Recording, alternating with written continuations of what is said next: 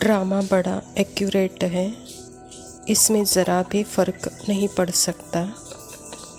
अगर आत्मा का पार्ट फिक्स है तो वही होगा जो पिछले कल्प में हुआ था।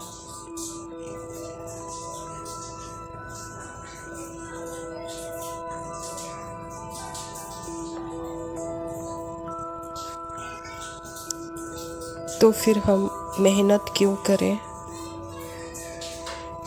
सिर्फ साक्षी होकर ड्रामा को देखना चाहिए, ऐसे प्रश्न आते हैं।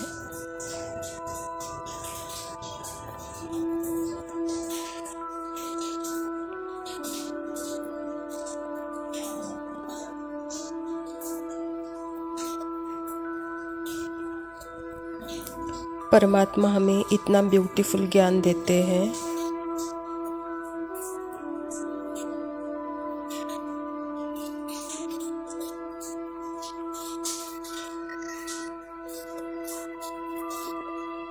परमात्मा कहते हैं ड्रामा फिक्स है, तुम्हारे अंदर प्री रिकॉर्डेड स्क्रिप्ट है।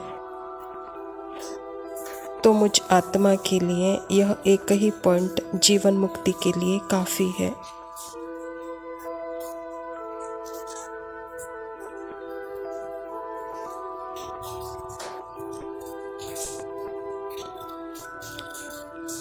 फिर मुझे लगा कि मैं ड्रामा को क्यों फिक्स करूं?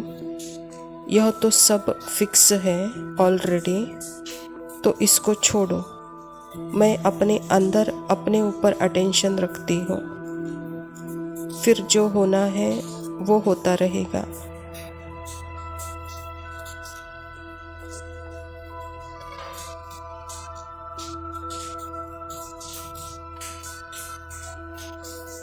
बाहर का तो मुझे कुछ चेंज करना ही नहीं है, इससे हमारे वेस्ट थॉट्स तो ऐसे ही खत्म हो गए।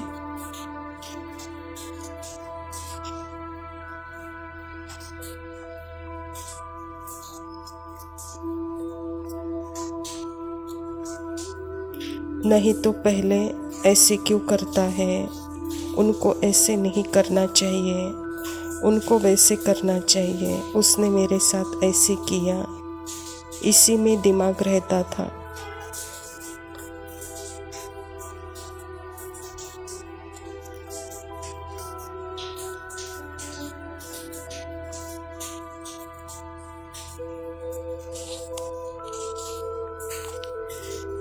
पर जब परमात्मा का यह ज्ञान मिला कि ड्रामा फिक्स है, सबका अपना अपना पार्ट फिक्स है, किसी को ब्लेम कर नहीं सकते हम।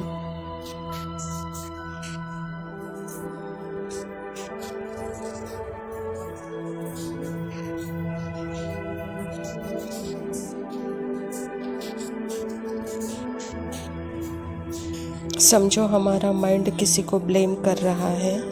जब मैं अपने ही माइंड की कहानियों से दूर हो गई, माइंड में और जो इंटेलेक्ट में जो कहानियाँ रिकॉर्डेड थी, उससे ही मैं दूर हो गई।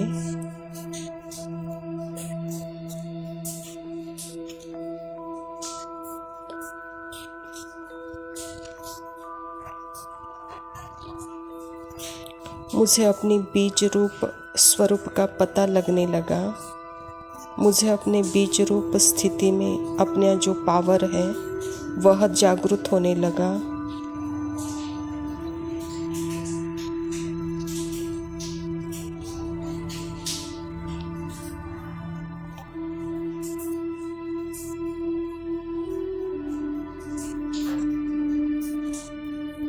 जो फंसा हुआ था उस माइंड की और इंटेलेक्ट की व्यर्थ बातों में,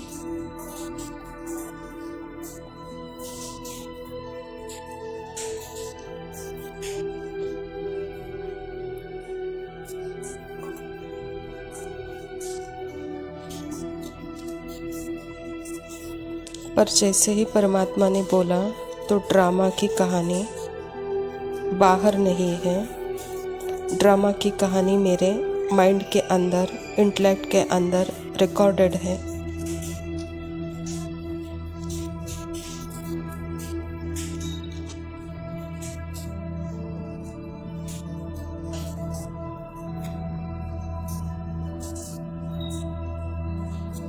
यह भी परमात्मा ने बोला कि बुद्धि में यह सारा ड्रामा फिक्स है, यह रिकॉर्डेड है मेरे मन के अंदर।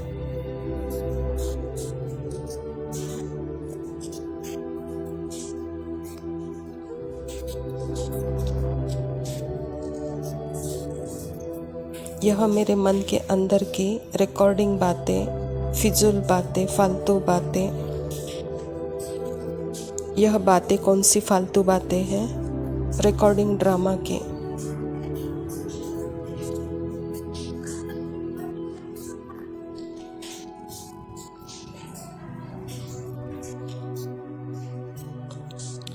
पहले तो ज्ञान में आने से पहले यह ऐसे क्यों करता, वैसे क्यों करता, फिर ज्ञान में आने के बाद दूसरों को ठीक करने लगे।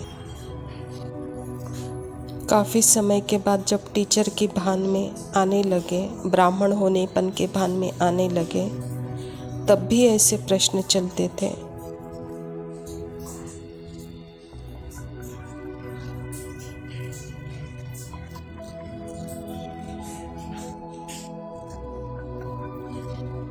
मैं आत्मा उसमें फंसी पड़ी थी।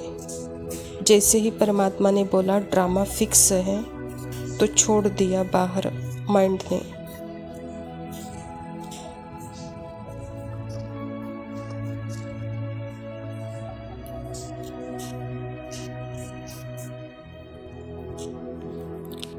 तो आधे से भी ज़्यादा संकल्प बंद होने लगे, ब्लेम का गेम खत्म हो गया। फिर मैं जो हूँ उसकी जिम्मेवारी ली, अपना स्टैंड ली, मैंने अपनी जिम्मेदारी समझ ली।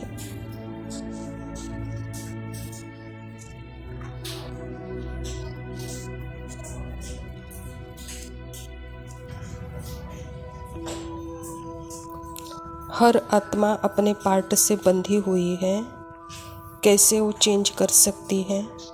जब तक वो खुद जागरूक नहीं होगी। और उसको जागरूक होने के लिए पहले तो मुझे अपने आप को जागरूक होना होगा।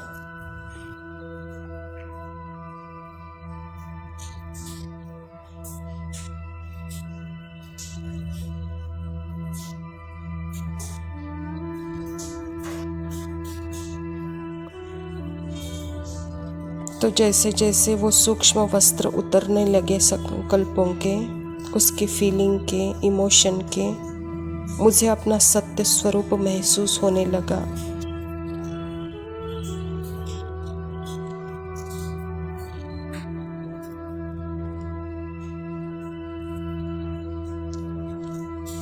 अभी भविष्य में क्या होगा उसकी कोई फिक्र नहीं। अभी बाबा के साथ एंजॉय कर रही हूँ अपने सत्य स्वरूप में।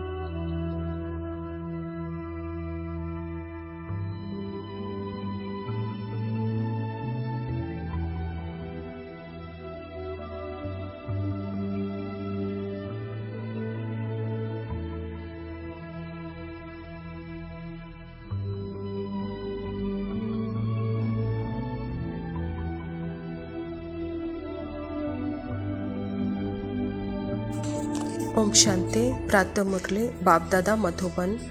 मीठे बच्चे, बाप तुम्हें पढ़ा रहे हैं खूबसूरत देवी देवता बनाने। खूबसूरती का आधार है पवित्रता। स्वयं परमपिता परमात्मा शिव बाबा प्रजापिता ब्रह्मा के तन में आकर के हम बच्चों को यह ईश्वरीय विश्वविद्यालय की स्थापना की है और इस ईश्वरीय विश्वविद्यालय के द्वारा ही पवित्रता का अर्थ समझा रहे हैं।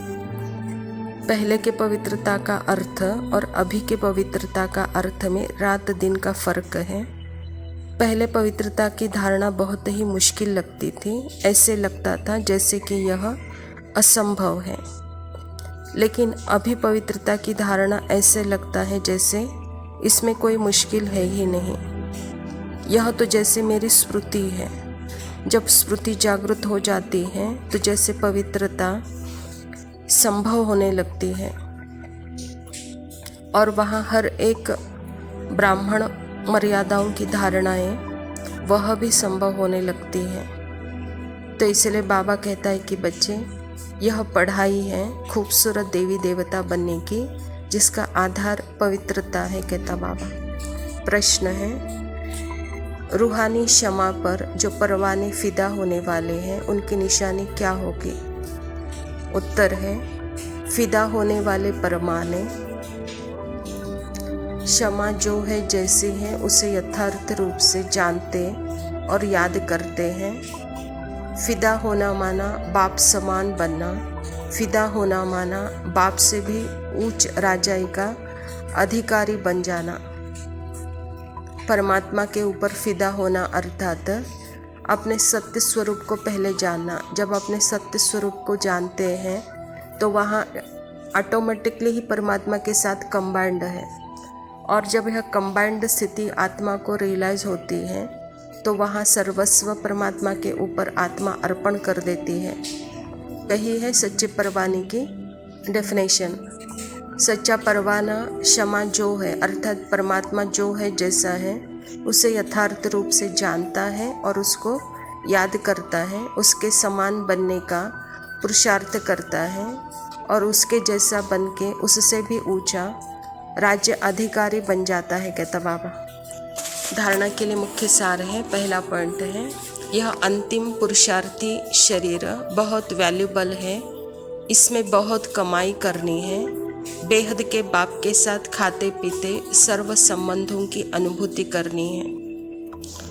यह सारे कल्प में एक ही समय ऐसा है जब परमात्मा खुद हम आत्माओं को स्मृति दिलाते हैं, और यह स्मृति में आने का जन्म स्वयं परमात्मा हम बच्चों को देते हैं। तो यह जन्म और यह शरीर बहुत ही वैल्यूबल है, और इस शरीर से सर्व संबंधों की अनुभूति हमको परमात्मा के साथ करनी है।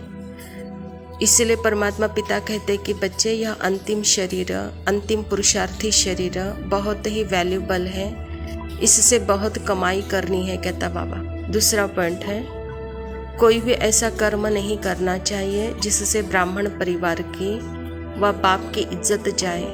आत्माभिमानी बन पूरा पवित्र बनना है, याद से पुरानी खाद निकलनी है। यहाँ कितना हम अपने स्थिति में है, स्मृति में है, उसका प्रत्यक्ष दर्शन है। कर्म से हम हर एक ब्राह्मण आत्मा को तोल सकते हैं, यह कितनी धारणा युक्त है और कितना स्मृति में है। तो इसलिए बाबा कहता है कि बच्चे अपने हर कर्म को देखो, कितना मैं स्मृति में होकर कर्म कर रहा हूँ। अगर मेरी स्मृति है तो वहाँ मेरा कर्म श्रेष्ठ है, तब हम ब्राह्मण परिवार का और बाप का इज्जत नहीं निकालेंगे। वहाँ कुल कलंकित नहीं होंगे, कुल दीपक बन जाएंगे। वरदान है, सुनने के साथ साथ स्वरूप बन, मन के मनोरंजन द्वारा सदा शक्तिशाली आत्मा भव। रोज मन में स्व के प्रति या औरों के प्रति उमंग उत्साह का संकल्प लाओ, स्वयं भी उसी संकल्प का स्वरूप बनो और दूसरों की सेवा में भी लगाओ, तो आपकी जीवन सदा के लिए उत्साह वाली हो जाएगी और दूसरों को भी उत्साह दिलाने वाले बन जाएंगे। जैसे मनोरंजन प्रोग्राम होते हैं, ऐसे रोज़ मन के मनोरंजन का प्रोग्राम बनाओ। जो सुनते हो उसका स्वरूप बनो तो शक्तिशाली बन जाएंगे। बाबा कहता है कि बच्चे अपने मन को चलाओ, अर्थात मन को प्रोग्राम दो, मन से मनोरंजन करो और दूसरों को भी मन से मनोरंजन कराओ, कहता बाबा। उसके लिए ऐसा समय फिक्स करो, वहाँ श्रेष्ठ संकल्प करो, दूसरों के प्रति भी वह श्रेष्ठ संकल्प सेवा में लगाओ, तो खुद भी उत्साह में अनुभव करेंगे, दूसरों को भी उत्साह दिलाने का अनुभव करेंगे। तो ऐसा मनोरंजन प्रोग्राम खुद का खुद ही बनाओ, कहता बाबा। स्लोगन है, दूसरों को बदलने से पहले स्वयं को बदल लो, यही समझदारी है। अच्छा मीठे मीठे सिकिलदे बच्चों प्रति माता पिता बाप दादा का याद प्यार और गुड मॉर्निंग। रूहानी बाप के रूहानी बच्चों को नमस्ते। हम रूहानी बच्चों की रूहानी माता पिता बाप दादा को याद प्यार और नमस्ते। लव यू पापा।